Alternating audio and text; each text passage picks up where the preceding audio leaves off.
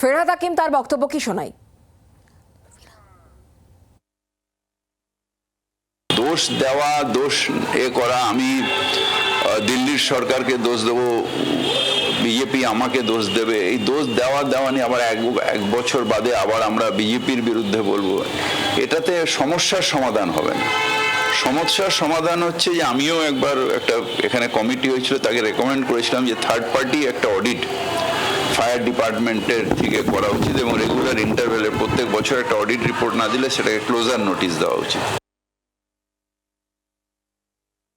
আমার মনে হয় যে যদি সদিচ্ছা থাকে, দোষ দেওয়া দোষ নেওয়া থেকে ধরুন এক বছর বাদে ঘটনা ঘটবে, তখন আবার আমি রাস্তায় নেবে কাউকে দোষ দেবো, এটাতে কাজের কাজ কিছু হবে না।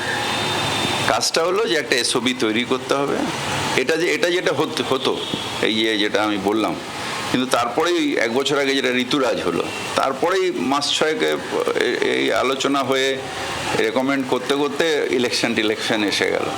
ধরুন 2-3 মাস ইলেকশনের প্রিপারেশন আর 3 মাস আমরা নিই, মানে 6 মাস চলেই গেছে।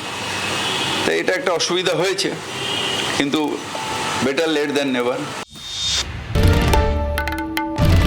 বাংলার আওয়াজ, বাঙালির আবেগ, জি 24 ঘন্টা।